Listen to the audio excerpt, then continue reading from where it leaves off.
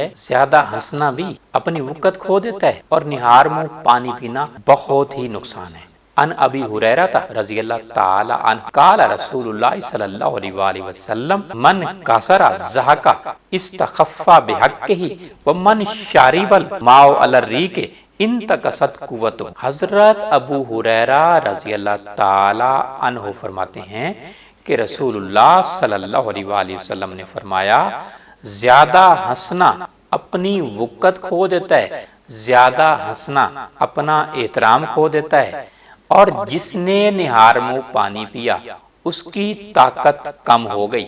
یعنی نہار منہ پانی میرے نبی صلی اللہ علیہ وآلہ وسلم سے کبھی ثابت نہیں ہے، یعنی خالی پیٹ خالی پانی ثابت نہیں ہے۔ آپ صلی اللہ علیہ وآلہ وسلم نے جب بھی پانی پیا، شہد والا پانی استعمال کیا، نبیذ والا پانی استعمال کیا، گائے کے دودھ والا پانی استعمال کیا، مٹکے کا پانی اور بکری کے دودھ شامل کر کے استعمال کیا، اونٹنی کے دودھ میں پانی ملا کے استعمال کیا، ستو والا پانی استعمال کیا، خالی پیٹ خالی پانی ثابت نہیں ہے۔